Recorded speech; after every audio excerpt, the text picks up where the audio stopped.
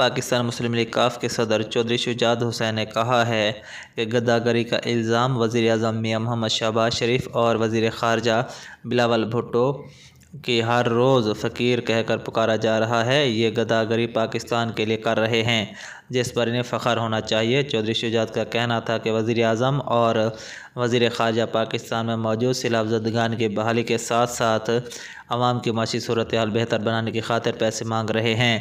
یہ پیسے اگر انہیں چوک پر کھڑے ہو کر بھی مانگنے پڑیں تو اس پر بھی انہیں فخر ہونا چاہیے اور اس نیک کام میں ہم بھی ان کے ساتھ شریک ہوں گے۔ انہوں نے کہا کہ جو لوگ ادھر ادھر سے چند مثالیں ڈھونڈ کر بیان کرتے ہیں، انہیں بھی چاہیے کہ ہر قدم عوام کی خاطر اٹھایا کریں۔ ایسے لوگوں پر یہ شعر لاگو ہوتا ہے کہ تو ادھر ادھر کی نہ بات کر، یہ بتا کہ قافلہ کیوں لٹا، مجھے رہزنوں سے گلہ نہیں، تیری رہبری کا سوال ہے۔ دوسری جانب وزیر اعظم شہباز شریف نے کہا ہے کہ جنیوا کانفرنس کامیاب ہوئی، 22 کروڑ عوام کی محنت کا نتیجہ ہے، سیلاب متاثرین کی دوبارہ آبادکاری تک جدوجہد جاری رکھیں گے۔ وزیر اعظم شہباز شریف نے وفاقی وزراء کے ہمراہ اسلام آباد میں پریس کانفرنس کرتے ہوئے کہا کہ اسلامی ترقیاتی بینک نے 4.2 ارب ڈالر امداد کا اعلان کیا ہے۔ کانفرنس میں 9.7 ارب ڈالر کی امداد کے وعدے کیے۔ برطانیہ نے 36 ملین پاؤنڈ دینے کا اعلان کیا ہے۔ ورلڈ بینک نے 2 ارب ڈالر امداد دینے کا اعلان کیا ہے۔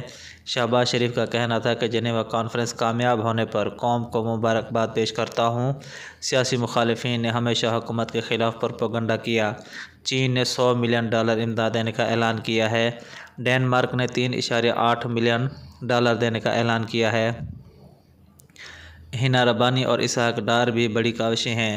مریم اورنگزیب کی بھی کوششیں قابل تحسین ہیں۔ وزیر اعظم نے کہا کہ ایک ایک پائی کو شفافیت سے استعمال کریں گے۔ جرمنی نے 84 ملین یورو امداد دینے کا اعلان کیا ہے۔ اپنے تمام برادر ممالک کی تہہ گہرائیوں سے شکر ادا کرتے ہیں جس نے 25 ملین ڈالر امداد دینے کا اعلان کیا ہے۔ جاپان نے 77 ملین ڈالر امداد دینے کا اعلان کیا ہے۔ سعودی عرب نے مشکل وقت میں پاکستان کا ساتھ دیا۔ ورلڈ بینک نے 2 ارب ڈالر امداد دینے کا اعلان کیا ہے۔